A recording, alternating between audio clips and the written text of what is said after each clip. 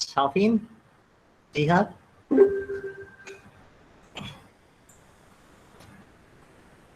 স্ক্রিনটা শেয়ার করলাম। হ্যাঁ, আর তোমরা তোমাদের কি বলে ভিডিওটা বন্ধ রাখতে পারো, সমস্যা নাই কোনো। আজকে আমরা ডেটাবেস থেকে কিছু ইম্পর্টেন্ট টার্ম শিখবো খুব ভালোভাবে, এবং এমন ভাবে শিখবো যেন কোনোদিনও পরীক্ষায় আমরা মিস করতে না পারি। এই টার্মগুলো আমাদের কোনোদিনও যেন ভুল না হয়, এবং যেভাবে ব্যাখ্যা করতে বলুক আমরা যেন ঠিকঠাক মতো ব্যাখ্যা করতে পারি। সো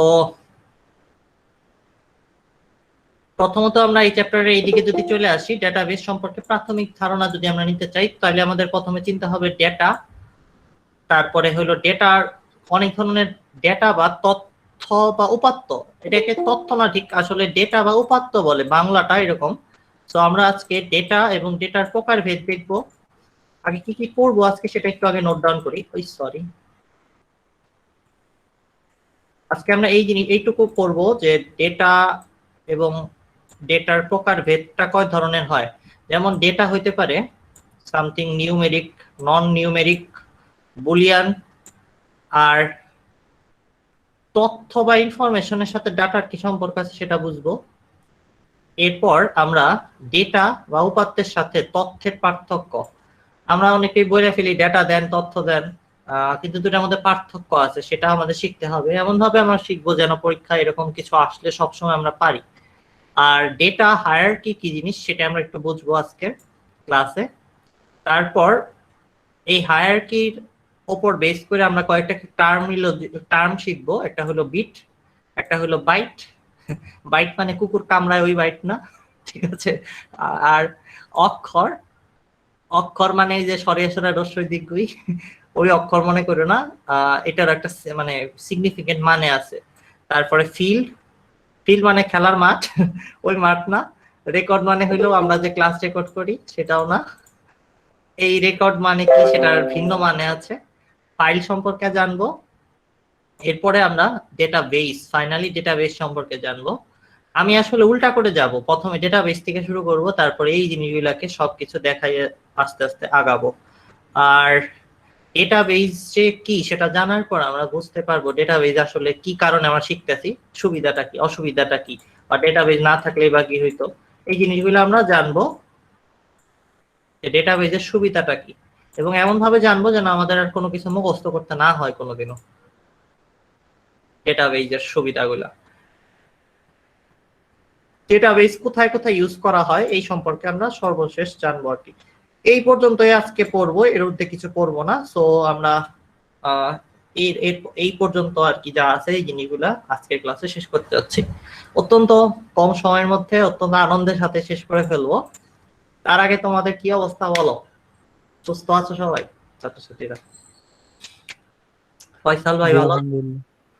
স্বাধীন, দীপ্ত কেমন আছো? সাদিয়া কথা বলে না কেন? সাদিয়া কিন্তু খুব সুন্দর মেহেদি লাগাইছে। ওই সাদিয়া, শুনতে পারতেছো কিনা? আনমিউট করো। 68 লিখছো কেন সামনের নামের? তোমার কি,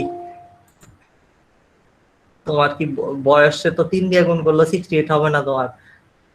মনে হয় রোল নাম্বারটা এড করছে। আচ্ছা, রোল নাম্বার এড করছে। ফারজানা কেমন আছো? ফারজানা প্রধান, প্রধান অপ্রধান এবং আরো। আলহামদুলিল্লাহ ভাই, ভালো। আপনি কেমন আছেন? ঈদের কেনাকাটা করছো নাকি ফারজানা? কি খবর তোমার? তাসফিয়া আসছে, তাসফিয়া কেমন আছো? শাহরিয়া, আলহামদুলিল্লাহ ভাইয়া, আপনি? ভালো আছো? আমি ভালোই আছি। তোমার বাসায় সবাই ভালো আছে তাসফিয়া? জি ভাইয়া। আর সুরাইয়া কেমন আছো? শাহরিয়া সুলতানা কেমন আছো? কথা, আজকে দুপুরে আসো না কেন ক্লাসে? ভাই কথা, কথা কো না করে। আচ্ছা, কথা মিউট হয়ে থাক।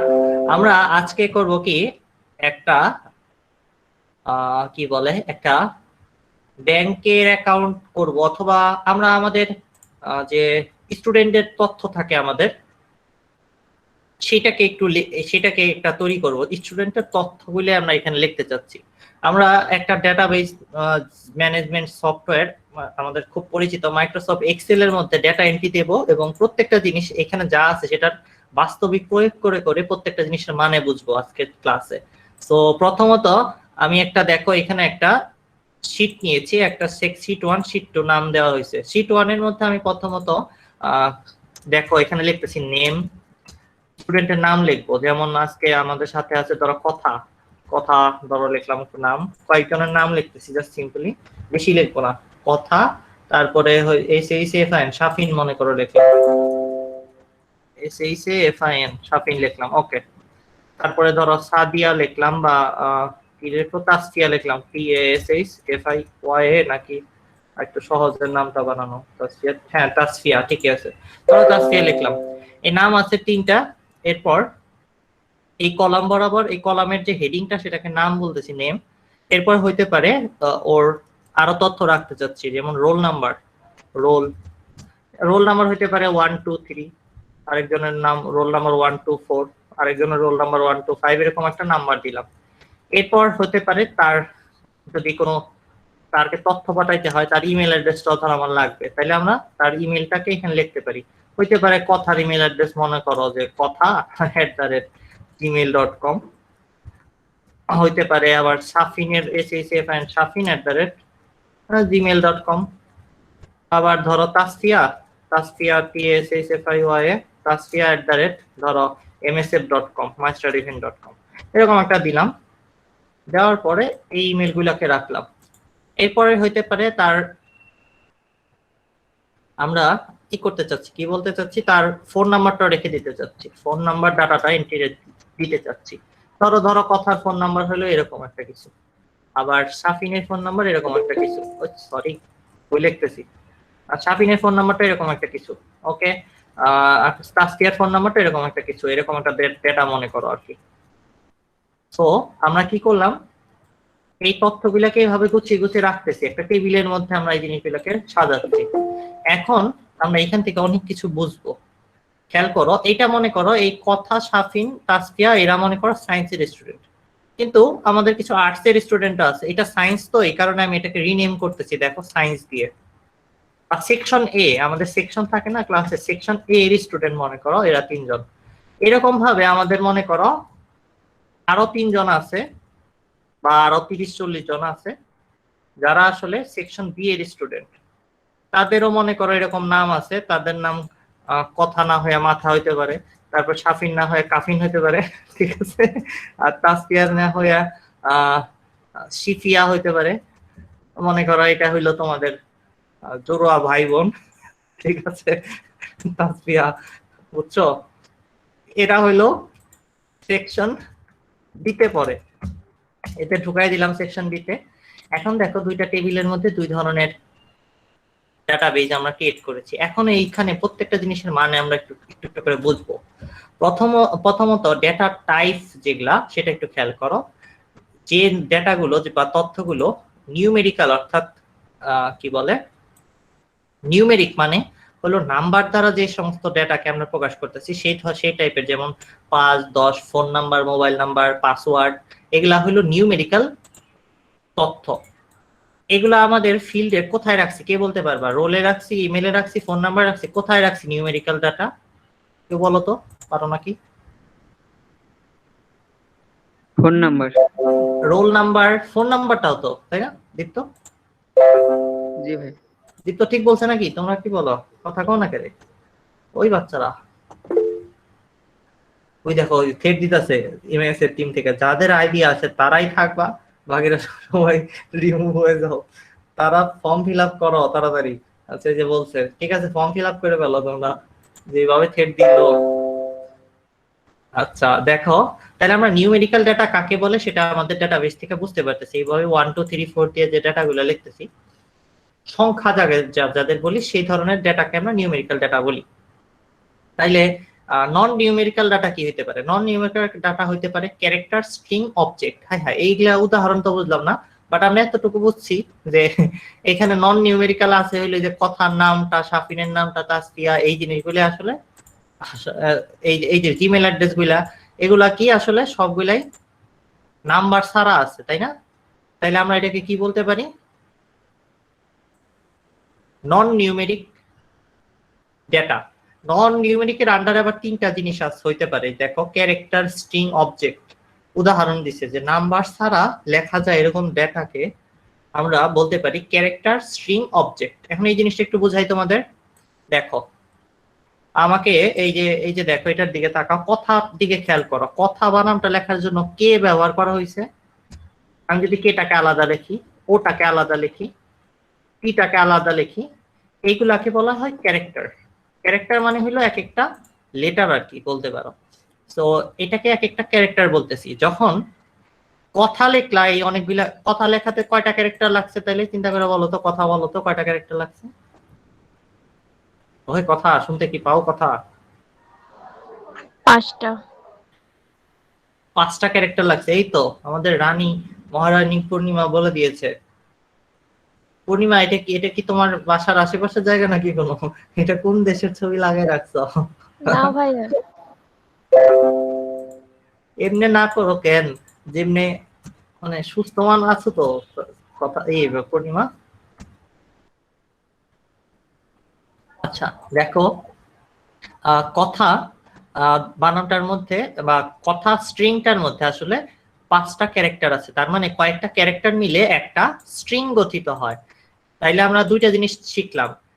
ছোট ছোট এক একটা ইনফরমেশনকে আমরা বলি হলো ক্যারেক্টার, আর ক্যারেক্টার গুলাকে মানে কতগুলো লেটারকে আমরা আলাদাভাবে ক্যারেক্টার বলতেছি। যদি একসাথে একটা শব্দ প্রকাশ করে সেটাকে আমরা বলতেছি স্ট্রিং। কিন্তু সাবধান, তোমাদের কাছে একটা প্রশ্ন, স্ট্রিং হইতে গেলে কি অর্থবোধক শব্দ হইতে হবে? মানে ধরো আমি এরকম একটা কিছু লিখলাম, এটা একটা কি স্ট্রিং হবে না? এটার মধ্যে অনেকগুলো ক্যারেক্টার আছে, দেখো এস আছে একটা ক্যারেক্টার, এফ একটা ক্যারেক্টার, এস একটা ক্যারেক্টার। এটা একটা অনেকগুলো ক্যারেক্টারের তৈরি একটা স্ট্রিং মনে হচ্ছে, কিন্তু এটার কোনো অর্থ নাই। এই শব্দটার অর্থ কি কেউ জানো? জানি না। তাহলে এটা কি স্ট্রিং হবে না? তোমাদের কাছে প্রশ্ন করতে করা হচ্ছে, অবজেক্টিভে যদি আসে কি বলবা? অর্থহীন শব্দগুলোকে আমরা কি স্ট্রিং বলতে পারবো? সাদিয়া? না ভাইয়া। শাফিন বলতে পারবো না। রবিউল কি বলো? রবিউল বলো। না ভাইয়া।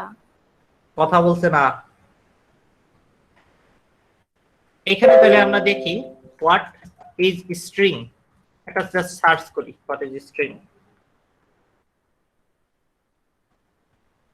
সরি, হিন প্রোগ্রামিং লিখতে হবে আর কি। String which is a data. দেখো অনেকগুলা ক্যারেক্টারের তৈরি করা এক একটা ওয়ার্ড, একটা সেন্টেন্স পুরোটারই স্ট্রিং বলা যাবে। তার মানে প্রথম যে প্রশ্নটা করেছি সবাই মোটামুটি ভুলই বলেছ। স্ট্রিং এর মধ্যে এরকম কোনো কন্ডিশন নাই যে স্ট্রিং হইতে হইলে সেটা অর্থবোধক থাকতে হবে। তুমি স্বপ্নে দেখছো, উল্টাপাল্টা কিছু দেখছো, সেটাকেও স্ট্রিং এর মধ্যে লিখে রাখা যাবে। তার মানে স্ট্রিং তথ্যটা মানে হওয়া লাগবে এরকম কিছু না। এই কথা জিনিসটার কোনো মানেই তো নাই। এমনিও তো কোনো কথার মানে আছে, হয়তো শাফিনের হয়তো মানে নাই বা তাসফিয়ার মানে নাই, মানে থাকলেও হয়তো ওরা নিজেরাও জানে না, এরকম হইতে পারে। ঠিক আছে, এখন এখন কথার মানে আছে কি না আছে তাতে কিছু আসে যায় না। এখন ধরা একজনের নাম হইলো কিছু একটা একটা সামথিং একটা নাম, সেই নামের কোনো মানে নাও থাকতে পারে, কিন্তু তারপরেও ওই স্ট্রিংটাকে আমরা ডেটা হিসেবে এখানে ইউজ করতে পারি। আমাদের অনেক সময় অর্থহীন অনেক কিছুই লিখতে হয়। তোমরা তোমরা বিভিন্ন নাম লেখো, বইয়ের নাম লেখো, তারপরে যে কি যেন 3 ইডিয়ট মুভির মধ্যে আমির খানের নাম কি ছিল বলো তো? কেউ পুরো নামটা বলতে পারো? ফুংসুক ওয়াংরু। কুংসুক ওয়াংডো ছিল। এখন কুংসুক ওয়াংডোর কি অর্থ আছে? কোনো অর্থ নাই তো, হয়তো থাকলেও তোমরা জানো না বা অর্থ থাকার আরেকটা নাম দরকার ছিল নেই। হ্যাঁ সাদিক? যে রেঞ্চোর দাস, শ্যামল দাস ছাঁচের। হ্যাঁ রানছোড়, ওইটাও তো দেখো চিন্তা করে, রানছোড়ের আবার মানে আছে। ওটা হলো কি যেন পৌরাণিক ক্যারেক্টার, শ্রীকৃষ্ণের একটা নাম আর কি। রানছোড় মানে হলো যুদ্ধ ছেড়ে বলায়। ঠিক আছে, এরকম জিনিসটা রানছোড় বা রন মানে হলো যুদ্ধ, রানছোড়ের মানে আছে। কিন্তু এই যে রবিউল বা এরকম সবার নামের কিন্তু মানে থাকার কোনো দরকার নাই। এইগুলাকে আমরা স্ট্রিং বলতে পারবো। তার মানে অনেকগুলা ক্যারেক্টার একসাথে মিলে একটা স্ট্রিং গঠন করে, সেটার কোনো অর্থ হওয়ার দরকার নাই। এখন তোমাদের দ্বিতীয় প্রশ্ন। প্রথম প্রশ্নটার উত্তর কি বুঝতে পারছো তো সবাই? যে অর্থ হওয়ার দরকার নেই, তাও স্ট্রিং হবে। কথা বুঝছো না সাফিন? বুঝছো না? ওই বুঝছো না কি তাসফিয়া? আচ্ছা, যদি বুঝে যায় থাকো তাইলে আমি এই কি লেখে ওই রবিউল কি বলবে, হেরো আলম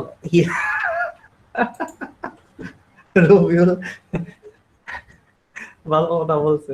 আচ্ছা যাই হোক, আমরা কাউকে তুচ্ছ তাচ্ছিল্য করে মনে কষ্ট দিয়ে কিছু বলতে চাচ্ছি না।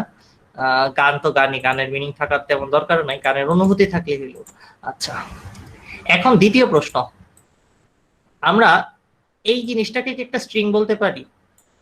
আমরা যদি বলি আমাদের কেউ প্রপোজ করেছে, হ্যালো হ্যালো, তোমাকে বাংলায় লেখা হয়েছে হ্যালো জান, আই মিস ইউ, তোমাকে বললো কেউ, ঠিক আছে, খুব রোমান্টিক একটা লাইন লিখছে। এখন এই লাইনটা কি একটা স্ট্রিং, নাকি এই হ্যালো ওয়ার্ডটা একটা স্ট্রিং, নাকি এই এইচটা একটা স্ট্রিং?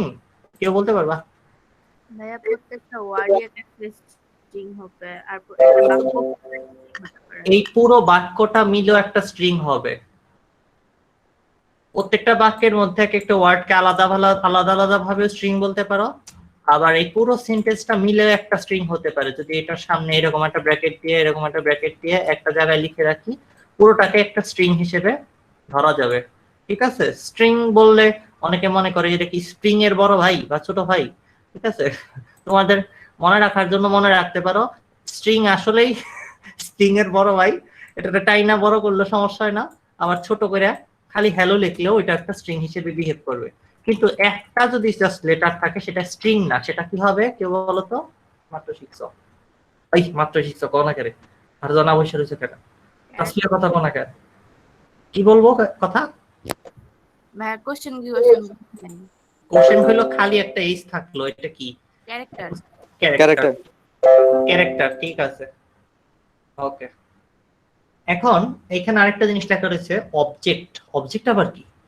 প্রশ্ন করি আমরা গুগল যে what is object, what is object in programming. আচ্ছা দেখি অবজেক্ট কি জিনিস।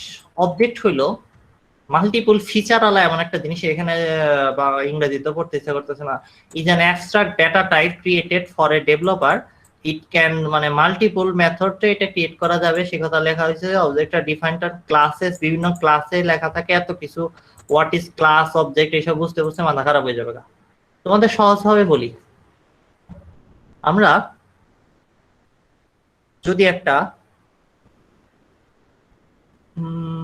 কি করতে পারি, আমাদের আমাদের খাওয়ার জন্য যদি একটা গ্লাস কিনতে যাই বাজারে, গ্লাস, তো গ্লাসে যাই, চলো গুগলের বাজারে যাই একটা গ্লাস খুঁজি, চলো গ্লাস, গ্লাস আনলাম, ধরো বিভিন্ন সাইজের গ্লাস আছে। এখন কেনার সময় কিছু বৈশিষ্ট্য দেখতে হবে না, যে গ্লাসের এই যে এইটুকু কতখানি উচ্চতা, কতখানি ব্যাস আছে গ্লাসের, অ্যাটলিস্ট ব্যাস আর উচ্চতা এই দুইটার তো প্রপার্টিসটা জানতে হবে, তাই না? আবার এমন হইতে পারে গ্লাসটা কাঁচের না প্লাস্টিকের গ্লাস কিনতে চাচ্ছি, সেটা হইতে পারে, তাই না? হইতে পারে কিনা বলো? ওকে, গ্লাস কিনতে গেলে গ্লাসের অনেক ধরনের বৈশিষ্ট্য থাকতে পারে, উচ্চতা, দৈর্ঘ্য, অবস্থ, ডান বাম অনেক কিছু মাপতে হইতে পারে। কিন্তু চিন্তা করে দেখো, আমি যদি 1,00,000 গ্লাসের তথ্য এভাবে লিখতে থাকি, তাহলে তার মধ্যে কিছু জেনারেল প্রপার্টিস থাকবে। প্রত্যেকটা গ্লাসেরই একটা ব্যাসার্ধ নেওয়া লাগবে, যেমন প্রত্যেকটা স্টুডেন্টেরই। দেখো এখানে আমি যদি এই যে মাথার কি কথা না, ঠিক আছে, হ্যাঁ, আমি যদি কথাকে একটা কথার ভিতরে এই তথ্যগুলো আছে, দেখো চিন্তা করে এই গ্লাসের মতো চিন্তা করো, কথাকে আমি যদি একটা অবজেক্ট হিসেবে ডিফাইন করি, যে এই অবজেক্টটার নাম দেবো হলো স্টুডেন্ট। স্টুডেন্ট বললেই তুমি বুঝে যাবা যে স্টুডেন্টের ভিতরে roll number, email address, phone number এই জিনিসগুলো থাকবে।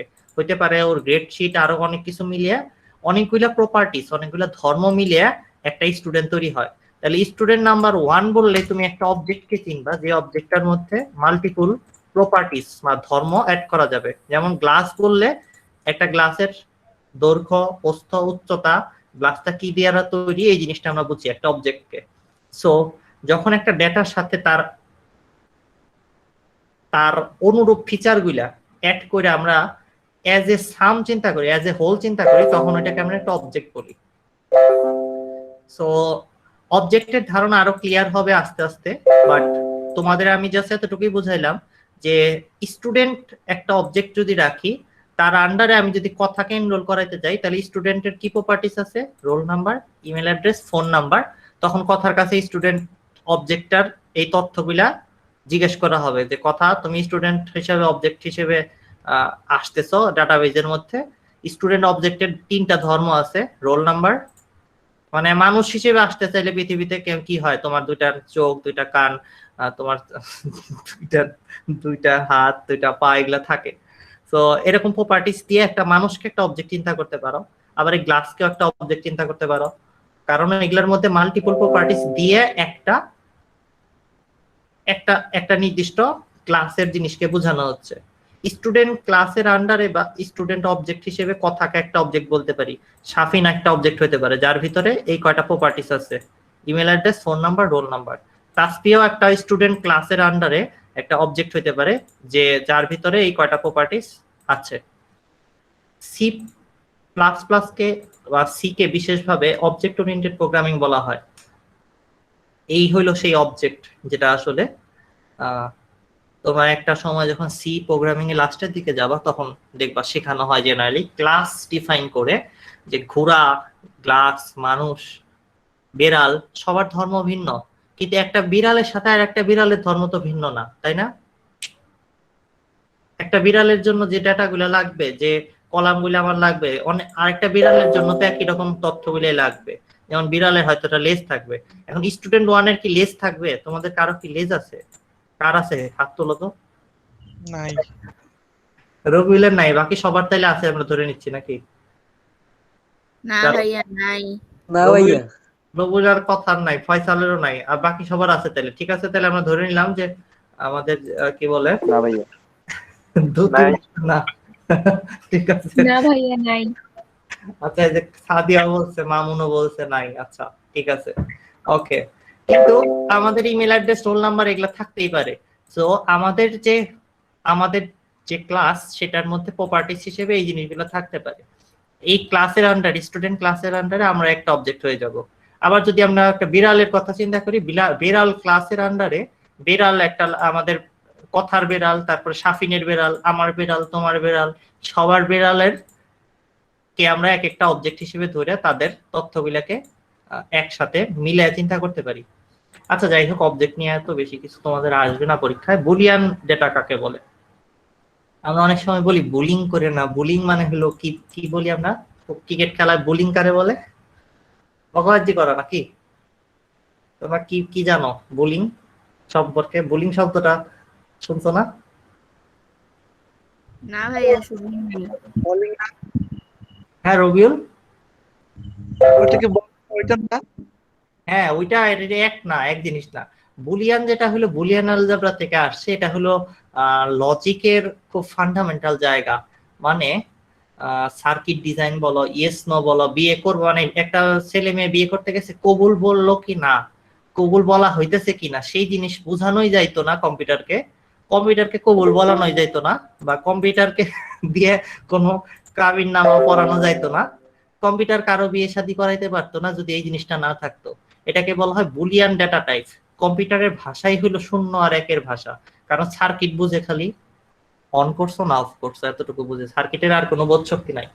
ঠিক আছে, তো বুলিয়ান ডেটা হলো 0 and 1, মানে পরস্পর বিরোধী, মানে স্ববিরোধী কথাবার্তা। তুমি ধরো বললা যে আমি একটা মানুষ, আমার লেজ আছে নাইলে নাই, হয় আছে নাইলে নাই, মাঝখানে থাকতে পারে না কিছু। এরকম তথ্যগুলাকে আমরা ইয়েস নো, হ্যাঁ না শব্দগুলাকে আমরা 0101 এই সিকোয়েন্সে লিখি, এটাকে বলা হয় বুলিয়ান। এখন তোমরা একটা ফোন নাম্বারের মধ্যে সামনে যে 0 দেখাও, ওইটাকে কি বুলিয়ান বলবা? তোমাদের কাছে প্রশ্ন, এই ফোন নাম্বারগুলো কি বুলিয়ান ডেটা? না ভাইয়া। না ভাইয়া। এটা নিউমেরিক্যাল, কিন্তু এটার আগে তো 0 আছে। এই যে আমি ধরো 0 দিয়ে দিলাম, ফোন নাম্বারের আগে 0 দিয়ে দিলাম, তাহলে কি এটা কি বুলিয়ান হয়ে গেল? এবার বলো। না ভাইয়া। হবে না। ভাইয়া হবে না, কারণ এইখানে ধরো আমি ধরো এবার লিখতে চাচ্ছি যে জেন্ডার, জেন্ডার বা কি যেন বলে, সেক্স বা জেন্ডার, কথা হলো মেয়ে, মেয়ে মনে করো আমি 0 দ্বারা লিখতেছি, আর শাফিন ছেলে ওরে 1 দ্বারা লিখতেছি, তাসফিয়া মেয়ে আবার 0 দ্বারা লিখতেছি। ঠিক আছে, এই জিনিসটা করাটা বেশি সুবিধাজনক হবে না, কারণ আদার বলতে আরেকটা টার্ম আসবে। কিন্তু মোটামুটি ভাবে ধরে নাও যে আপাতত আমাদের মধ্যে আদার জেন্ডারের কেউ নাই, মনে করো মনে করতেছি, থাকতে পারে, সমস্যা নাই। বাট আমরা ধরতেছি যে ফিমেল মেল অপশন দিয়ে ডাটাবেসটাকে তৈরি করেছি। কেউ যদি তোমরা অন্য জেন্ডারে থেকে থাকো তাহলে আন্তরিকভাবে দুঃখিত যে আমি তোমাদেরকে এখানে ইনক্লুড করতেছি না আমাদের বোঝানোর স্বার্থে। বাট এটা কিন্তু তোমাদের অপমান করা হচ্ছে না মোটেও, জাস্ট আমি ইউজ করতেছি দুইটা। তো মনে করো যে মেয়েকে আমরা 0 দিয়ে ডিনোট করতেছি, ছেলেকে 1 দ্বারা ডিনোট করতেছি। এখন এই ডাটাগুলো কি ডাটা বলো তো? Boolean data. Boolean data, exact. Boolean data. সবাই দেখছো কত সুন্দরভাবে মনে থাকতেছে বুলিয়ান ডাটা কারে বলে, চোখে পড়ে গেল, ভোলার কোনো কায়দা নাই। এইবার আসা যাক ইনফরমেশন আর তথ্য কাকে বলে। সরবরাহকৃত ডাটা থেকে প্রক্রিয়াজাতকরণের পর নির্দিষ্ট চাহিদার প্রেক্ষিতে, দেখো না বাংলা লেখছে কি, মানে বই লেখছে মনে হইতেছে গুগল ট্রান্সলেটর দিয়ে লেখছে বই। বই পড়ে কিছু বোঝা যাবে বলে মনে হইতেছে না।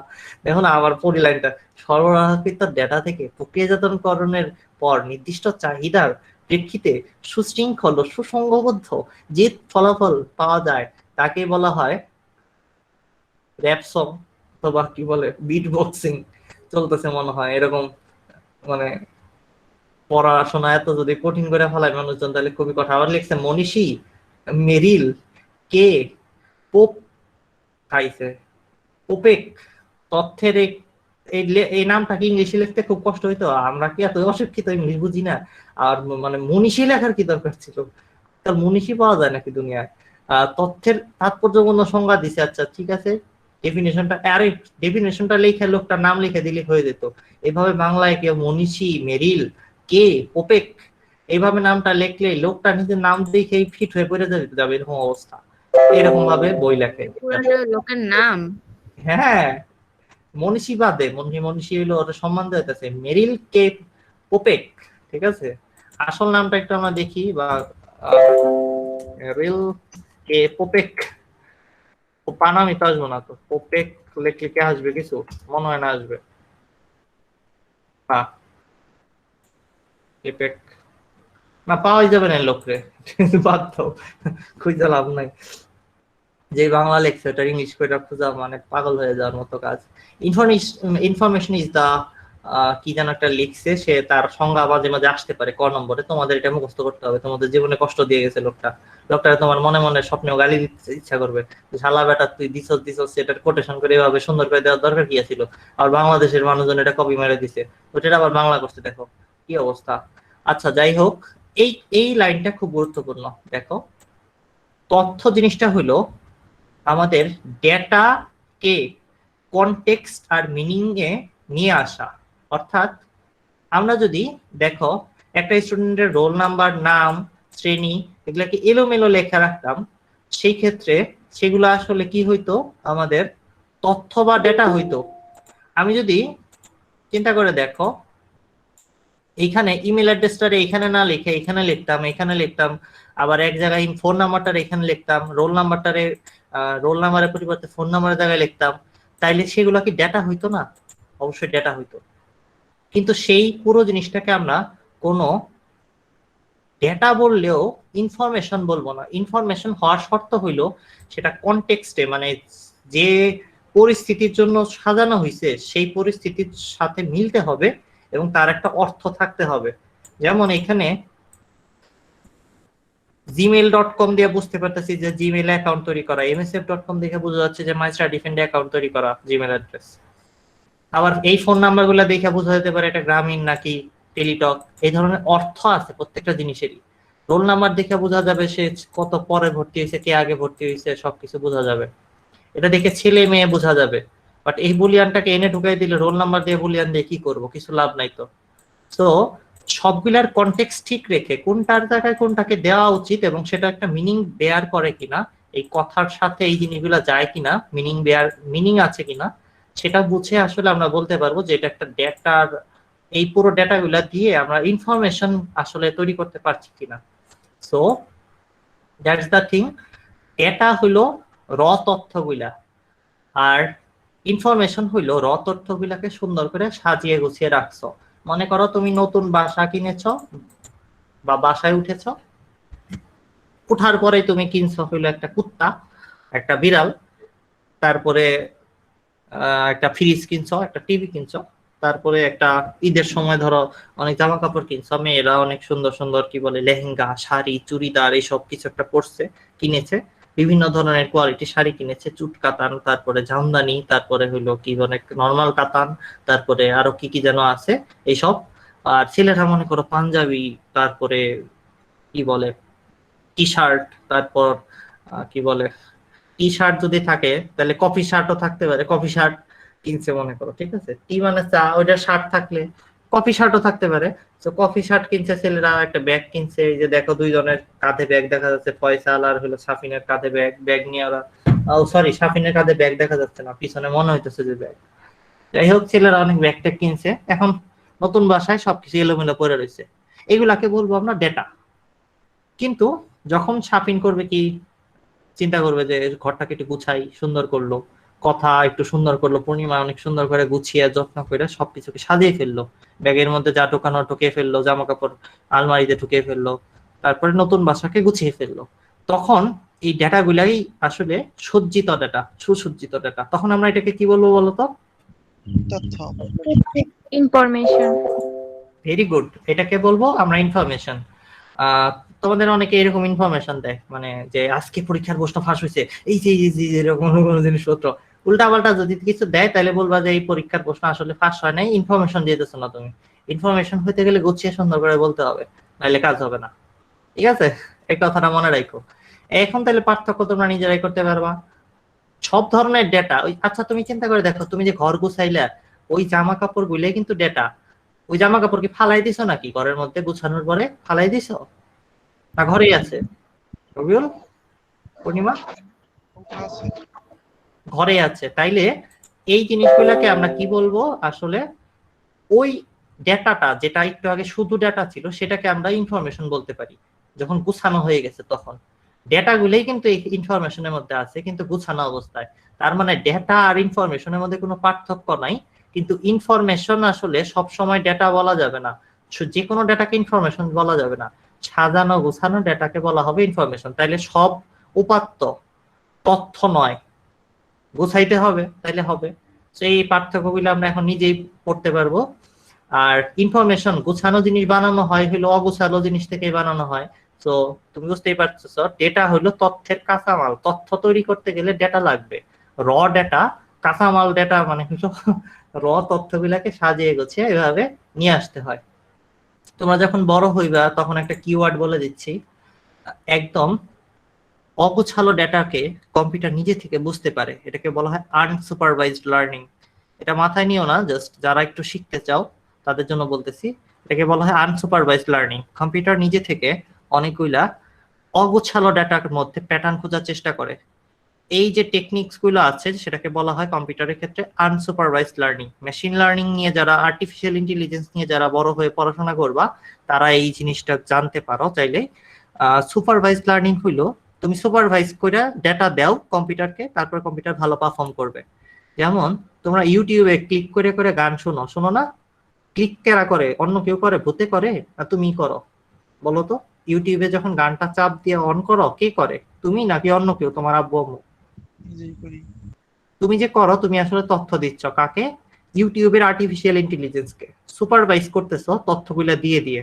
সে কি করতেছে? ওইটা থেকে শিখতেছে যে এই লোকটা, যে রবিউল বা শাফিন বা কথা ফয়সাল, এরা হইলো ইউটিউবে এই গানগুলা শুনে, শুক্রবার দিন এই গান শুনে, শনিবার এই গান শুনে, রাত্রে এই গান শুনে, রাত্রে গরম গান, সকালে নরম গান, দুপুরে তিতা গান, এরকম গান শুনে। তো সবাই বুঝা ফেললো। কে বুঝাইলো এটা? কে শিখাইলো কম্পিউটারকে? তুমি নিজেই। ইউটিউবে তুমি এটা চালাইতেছ, একটার পর একটা ইউটিউব শিখে নিচ্ছে, ইউটিউবের রোবট অর্থাৎ কম্পিউটার শিখে নিচ্ছে, এটাকে বলে সুপারভাইজ লার্নিং। কিন্তু র ডেটা দিয়ে দিলে, জঙ্গলে ছেড়ে দিলে কোথা দিয়ে বাইরে আসবে সেটাও মানুষ শিখে নেয়, তাই না? জীবনের তাগিদে। আমাদের সেই প্রাচীন যুগের মানুষজন তো সবকিছু জানতো না, তারপরে তো বাঘে তাদের কামড়াইতো না, বাঘে কিছু মানুষ খাইয়ে ফেলছে, তারপরে আস্তে আস্তে শিখে গেছে না জঙ্গল থেকে কেমনে বাঁচতে হবে। বলো, শিখছে না? নাহলে তুমি এখন আসতে পারতো এখানে, ডিজিটাল যুগে আসতে পারতা না। কিন্তু তারা কিন্তু তাদেরকে শিখিয়ে দেয় নাই। তোমাকে আজকে শিখিয়ে দেওয়া যাচ্ছে যে এই জঙ্গলে যায় না, বাঘ আছে, হ্যান আছে, তেন আছে। শুরুতে তো বাঘ আছে না কি আছে, বাঘে কামড়ায় না কি করে কেউ জানতো না, তো বাঘে খাইয়ে ফেলছে অনেক মানুষের। তারপর মানুষ আস্তে আস্তে লার্ন করেছে। ওই সময় যখন বাঘ বা খাবে কি খাবে না, বন্যগর ভালো কি ভালো না মানুষ জানতো না, তখন আনসুপারভাইজড ওয়েতে লার্ন করতে হয়েছে মানুষকে, কেউ সাহায্য করে নাই, তাও শিখতে হয়েছে। তো এই ধরনের আনসুপারভাইজড লার্নিং এর শাখায় পড়ে কেইমেন ক্লাস্টারিং। যারা বড় বড় ডাক্তার ইঞ্জিনিয়ার হতে চাও জীবনে, তাদের এই ধরনের তথ্য নিয়ে এই ধরনের খেলা করতে হয়, যেটাকে বলে ক্লাস্টারিং। আমরা আমাদের টপিকে ফিরে আসি। এই যে দেখো এখানে কতগুলা ফল, দ্বিতীয়, প্রথম, ইমেল অ্যাড্রেস, ফোন নাম্বার একসাথে দেওয়া রয়েছে। এগুলাকে আমরা বলবো খালি ডেটা বা উপাত্ত। কিন্তু ইনফরমেশন এগুলো তখনই হবে যখন সাজিয়ে গুছিয়ে রোল নাম্বার আলাদা করলাম, নাম আলাদা করলাম, মেধাস্থান আলাদা করলাম, তখন এইটাই হয়ে গেল আমাদের ইনফরমেশন। ডেটা হায়ারার্কি কারে বলা হয়?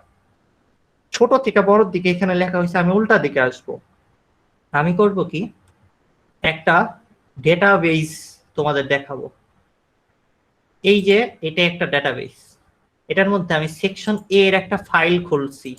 কল্পনা করো একটা ফাইলের মধ্যে প্রথমে এই কলামে নাম, roll number, email address, phone number বা এটা কি জেন্ডার বা সেক্স দেওয়া রয়েছে। আর সেকশন বি তে এটা হলো আরেকটা ফাইল, মনে করো এই ফাইলের আন্ডারে এই তথ্যগুলা রয়েছে। এখন এই দুটা ফাইল এ বি, এটার মধ্যে খেয়াল করে দেখো এগুলাকে কি বলে, এগুলাকে কিছু একটা বলে হয়তো, সেটাও বুঝবো। তারপরে এগুলাকে কি বলে, আর এই একটা এস কে কি বলে সেটাও দেখবো।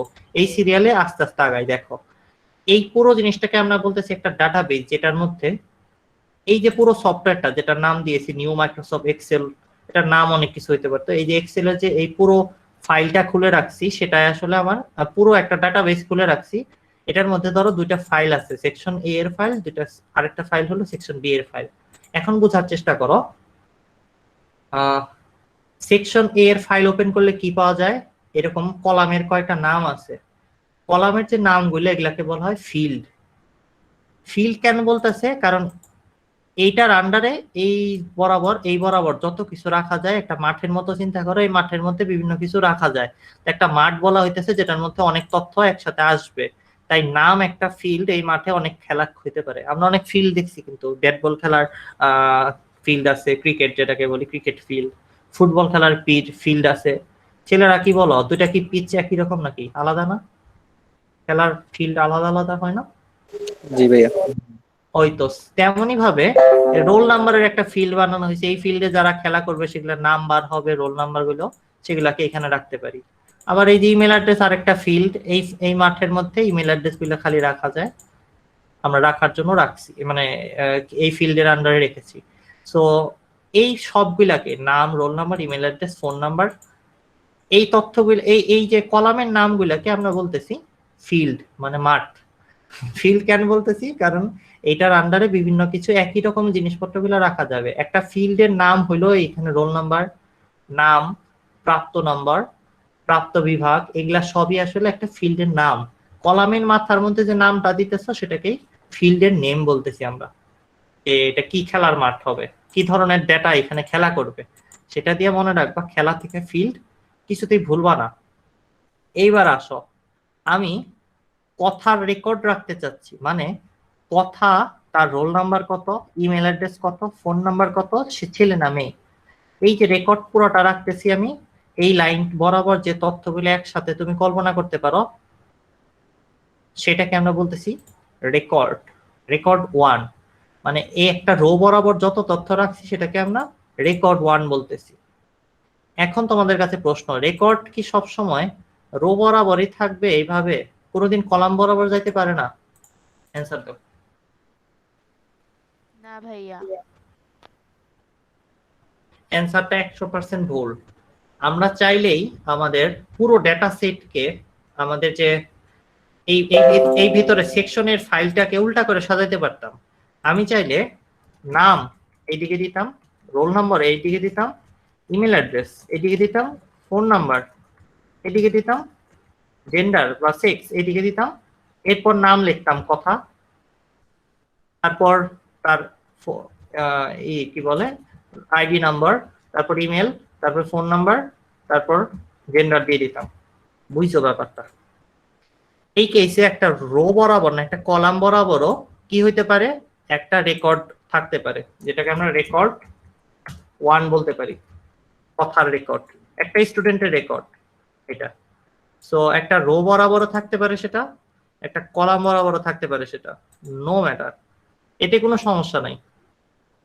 শুধু বুঝতে হবে তোমার ফিল্ডের আন্ডারে পরস্পরের সাথে সম্পর্কযুক্ত ডেটাগুলাকে একসাথে আমরা একটা রেকর্ড বলতেছি। সেটা সেটা আমি চাইলে এমনিও লিখতে পারতাম, শুধু রো বরাবর না, আমি চাইলে এই বরাবর লিখবো, এমনি লিখবো, চেষ্টা করে, তাতে কোনো সমস্যা নেই। লেখার স্টাইল আমার কাছে, লেখার উপর বেস করে কোনোদিনও বলতে পারবো না যে কোনটা রেকর্ড। রেকর্ড এমনি হবে না, কোনো পাগল মানুষ আছে খাতায় লেখে হইলে এমনি করে এমনি লিখতেছে সমান, ঠিক আছে? এরকম অনেকেই লেখে। ছোটবেলায় আমার হাতের লেখা এরকম ছিল, লিখতাম এমনি, লিখতে লেখা হইতো এমনি, এরকম বাঁকা চোখা লেখা হইতো। তো ছোটবেলা থেকে বড় হয়েছি, এখন আরো খারাপ হয়েছে, তাতে উন্নয়ন হয় না কোনো লেখার, ঠিক আছে? এখন যে কথা বলতেছি সেটা হইলো রেকর্ড এমনি হবে না এমনি হবে এটার উপর বেস করে কিন্তু কোনোদিনও রেকর্ড বুঝো না। রেকর্ড এটা না, রেকর্ড হইলো এই রোল নাম্বারের সাথে এই নামের ব্যক্তি আছে কিনা, আর এই নামের ব্যক্তির প্রাপ্ত নম্বর এটা কিনা, আর প্রাপ্ত নম্বরের সাথে তুমি চিন্তা করে দেখো এই নামের লোকের প্রাপ্ত বিভাগ এটা কিনা। সবগুলা তথ্য একটার সাথে একটা ইন্টারলিঙ্ক হইতে হবে, নাইলে কোনোদিনও রেকর্ড হবে না। রেকর্ড ভুল হয়ে যাবে যদি কথার রোল নাম্বার এটা না হয়ে সাফিনের রোল নাম্বার এটা হয়। তাহলে আমি কি করছি, ভুলে সাফিনের রোল নাম্বার কথার জায়গায় দিয়ে হালাইছি, আর এইটা একটা রেকর্ড তখন না, এটা একটা ভুল record. This is not a record. এইখানে মনে করো আমি আরেকটা জিনিস লেখা রাখছি ইচ্ছা করে, যে মনে করো লেখা রাখছি আমি আজকে খাইছি কিনা, ফুড, ওটাকে ধরো আমি লিখছি ইয়েস খাইছি, নো খাই নাই, এরকম ওই ইয়েস নো 0 1 দিয়ে লিখে রাখছি। এই তথ্যটা কি আদৌ কথার রেকর্ডের মধ্যে থাকার কথা? কথা বলো, কিন্তু আমি খাইছি কিনা এটা লিখে রাখছি এনে, হবে এটা রেকর্ডের আন্ডারে যাবে? প্রশ্নটা অ্যান্সার দাও। না, যাবে না তো কেটে দিলাম। তাহলে রেকর্ড হইলো পরস্পর সম্পর্কযুক্ত ফিল্ডগুলার তথ্যগুলাকে একসাথে কম্বাইন করে একটা একটা এন্ট্রি দিছ, সেটা কে বলতেছি আমরা রেকর্ড। এইভাবে করে কোটি কোটি রেকর্ড থাকতে পারে। জেনারেলি রেকর্ড রো বরাবর থাকে, বাট কলাম বরাবর থাকতে পারে, এতে কোনো কিছু আসে যায় না। দেখো পরস্পর সম্পর্কযুক্ত এই কথাটাকে এতক্ষণ ধরে বুঝাইতেছিলাম আমি, এই কথাটা এখন বলবা কেউ কেউ কে আসো?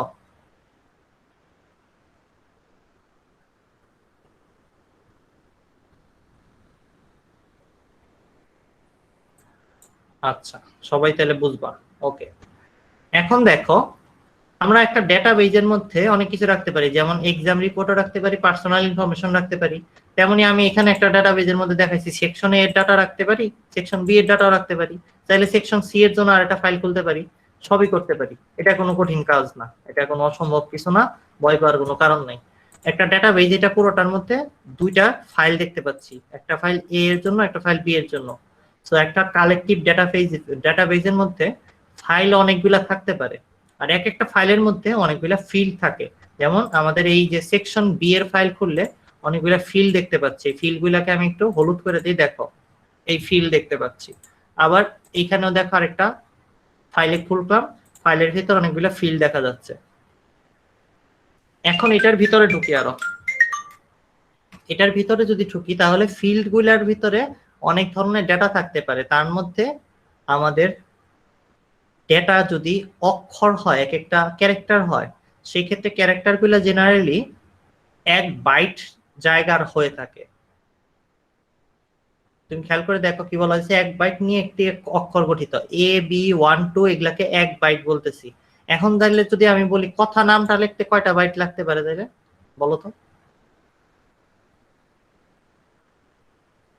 বলো। 5টা। 5টাই তো কথা, পূর্ণিমা ঠিক বলেছে। এখন আমরা চলে আসি, এই অক্ষর বা ক্যারেক্টার যদি বুঝে যায় থাকি, তার নিচে আরো আসো, এই 8টা বিট নিয়ে তৈরি হয় একটা বাইট। তাইলে আমাকে এখন আবার বলো, কথা নামের মধ্যে কয়টা বিট আছে? 40। 5 8 40, ভেরি গুড। এটা একদম আন্দাজে বলতেছে আসলে, কারণ কি জানো, এই তথ্যটা একদম 100% শিওর না। বাংলা অক্ষর, ইংরেজি অক্ষর, ক খ এগুলোর ক্ষেত্রে আসলে একটু ভ্যারিয়েশন আছে, কিন্তু এটা জেনারেল রুল, তোমাদের বইয়ের মধ্যে দিছে দেখে তুমি 40 বলতে পারো, বাট সবসময় এই কথাটা একদম পারফেক্ট হবে না, এই কথার মধ্যে একটু পার্থক্য আছে। বাইট মানে হইলো 8টি বিট নিয়ে একটা বাইট তৈরি হয়। আর বিট মানে হইলো তুমি একদম বাইনারি সংখ্যায় যদি চলে যাও, বাইনারি যে সংক্ষিপ্ত রূপ হইলো সব থেকে ছোট রূপ, এর থেকে ছোট রূপ কল্পনা করা যায়, বাট আমরা আমাদের ক্লাসে এতটুকুই করতেছি, বইয়ের বাইরে কিছু করবো না। বাইনারি সংখ্যা পদ্ধতিতে ব্যবহৃত 0 1 কে বিট বলা হইতেছে জেনারেলি, হয় 0 1 এগুলা লিখলা, এগুলা হলো এক একটা করে বিট বোঝাচ্ছে। এরকম 0 1 0 1 দিয়ে তুমি যদি টোটাল 8টা 0 1 এভাবে লেখো তাহলে একটা ক্যারেক্টার তৈরি হয়। আর কথা বানামটা হলো একটা স্ট্রিং, একটা স্ট্রিং অনেকগুলো ক্যারেক্টার দ্বারা তৈরি হয়। তাহলে তুমি এই কথা 5 রে, মানে 5টা লেটার আছে দেখতেছো 1 2 3 4 5, এই 5 রে 8 দ্বারা গুণ করলে পাবা যে কতগুলা বিট লাগে, কত বিট জায়গা লাগে। আসলে তথ্যের সাইজ মাপার দুইটা সিস্টেম তুমি জানলা, একটা হলো বাইট আর একটা হলো বিট। ঠিক আছে, এটা পদার্থবিজ্ঞানের বিটও না, আর এটা কুকুর কামড়ায় যে ওই বাইটও না। ঠিক আছে, এটা হইলো যে সাইজটা কত বড় সেটা মাপার এক একটা ইউনিট, যেমন মিটার, সেন্টিমিটার, কিলোমিটার আমরা মাপি না, যে একই রকম ভাবে তথ্য কত বেশি জায়গা নেবে সেটা বোঝার একটা সিস্টেম হলো বাইট এন্ড বিট। তো তোমার মনে রাখতে হবে একটা বাইটে তোমার বইয়ের এই তথ্য অনুযায়ী 8টা বিট হবে। আর আমি যেটা বললাম এটা সবসময় সত্য হবে না, বাট তোমার হাতে কোনো সমস্যা নেই, তুমি 8টাই লিখবা, বই যা বলবে তাই। তোমার বউ যা বলবে তাই তার কথা শুনতে হবে, নাইলে বউ কিন্তু রাতে খাইতে দেবে না, বউ কিন্তু বিছানার নিচে তোমাকে যায় ঘুমায় থাকতে বলবে, ঝামেলা করবে অনেক। ঠিক আছে, তাই মনে রাখবা, কি মনে রাখবা বুঝছো, বইয়ে যেটা লেখা আছে সেটাই মনে রাখবা। এখন এই তো আমরা আসলে পুরো একটা ডাটাবেস কেমন হয় সেটা চোখে দেখতেছি আমাদের চোখের সামনে। ডাটাবেজের মধ্যে একটা ফাইল সেকশন, এর ফাইল সেকশন বি এর ফাইল কেমন হয় সেটা দেখতে পাচ্ছি, এগুলা এই যে ফিল্ড গুলা দেখতে পাচ্ছি, এবং ডেটা বিভিন্ন টাইপের ডেটা দেখতে পাচ্ছি, নিউমেরিক্যাল, তারপরে বুলিয়ান, তারপরে হলো স্ট্রিং। এবং স্ট্রিং তৈরি করার জন্য আমাদের এই যে এগুলা কি এক একটা 0 1ই, কিন্তু এগুলা কিন্তু এক একটা বিট করে আর কি, 1 বিট করে যেখানে লেখা আছে। আর কথা নামটার মধ্যে কতগুলা বাইট আছে, কত বাইট জায়গা খাবে সেটা আমরা এখন বুঝে ফেলতে পারছি। সো ওভারঅল আমরা এইটুকু পড়লাম, এইটুকু পড়ার পরে অ্যাডভান্টেজেস কি আছে। ডাটা বেস তৈরি করার অ্যাডভান্টেজ হলো, একটা স্কুলের মালিক যদি হয়ে থাকো তুমি, বা একটা কলেজের মালিক হয়ে থাকো, তোমার ছাত্রছাত্রীদের মাঝে মাঝেই রোল নাম্বার জানা লাগবে, ফোন নাম্বার জানা লাগবে, ইমেল জানা লাগবে, তা সে মেয়ে কিনা ছেলে তার জন্য আলাদা পিকনিকের বাসের ব্যবস্থা করা লাগতে পারে।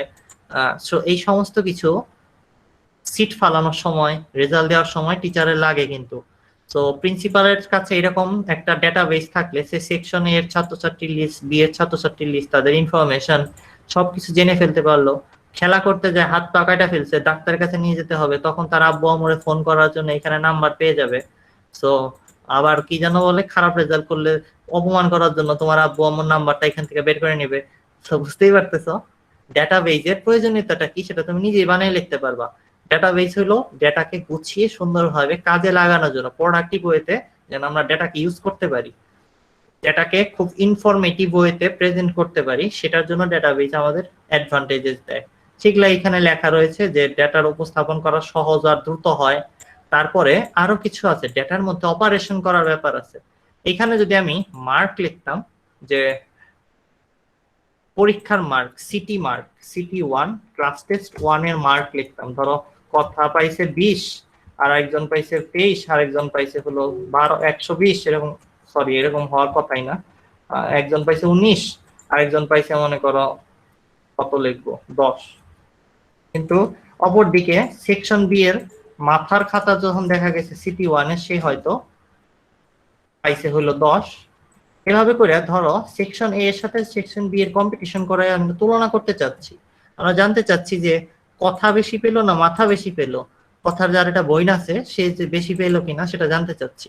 আর সাফিনের যে একটা কাফিন ভাই আছে, সে কি আসলে সাফিনের থেকে বেশি পাইছে নাকি সেটা আমরা জাজমেন্ট করতে চাচ্ছি। সেই জন্য আমাদের এই কলামের সাথে এই কলামের একটা অপারেশন করা লাগতে পারে। অপারেশন মানে হলো যোগ বিয়োগ গুণ ভাগ করে দেখা লাগতে পারে। এখন এই কাজটা যদি আমরা করি, তাসফিয়া কম পাইছে নাকি তাসফিয়ার এই যে বোন সিফিয়া সে কম পাইছে, সেটা বুঝতে গেলে আমাদের ডেটার মধ্যে অপারেশন করতে হবে। তো এক ডেটার এই যে তথ্যটা, সেটার মধ্যে আবার বিয়োগ করার জন্য আবারও আমি কথার নাম্বার মাথার নাম্বার খুঁজতে যাব না, তো কথা মাথার নাম্বারগুলো একটা ফিল্ডের আন্ডারে গুছিয়ে রাখা আছে, একটা রেকর্ড করা আছে বলে আমি সফটওয়্যারকে দিয়ে এটার ইন্ডেক্সের সাথে এটার ইন্ডেক্স অপারেশন করিয়া চাইলে এটার যোগ বিয়োগ করে বের করে ফেলতে পারি, কথা বেশি পাইছে না মাথা বেশি পাইছে দুটার কম্প্যারিজন করতে পারি। এগুলো আমরা করব সামনের দিকে, যে কিভাবে করে একটা জাস্ট এক্সেলে তোমরা ফোনে করতে পারবা, এই কারণে আমি এক্সেলটাকে চুজ করেছি। গুগল স্প্রেডশিট নামে সফটওয়্যার আছে, তোমরা এই ডাটাবেসটা বাসায় নিজেরাই তৈরি করতে পারবা এবং অপারেশনও করতে পারবা, যে কথা বেশি পাইছে না মাথা বেশি পাইছে সেটা আমরা বের করে এখানে জানতে চাচ্ছি বা রেজাল্টটা জানতে চাচ্ছি, সেটাও বের করার উপায় আছে। এটা তোমরা ফোনে করতে পারবা, অ্যান্ড্রয়েড ফোন দিয়ে, কম্পিউটার লাগবে না। So that's it. আমি জাস্ট আজকে আর বেশি পড়াইতে ইচ্ছে করতেছে না, ছেড়ে দিচ্ছি তোমাদের। অনেক কিছু জানলাম মোটামুটি সবাই। আজকে এখন একটু প্রশ্ন করো তোমরা কি কি বুঝো না এই ক্লাসটা থেকে, আমি বুঝিয়ে দিচ্ছি।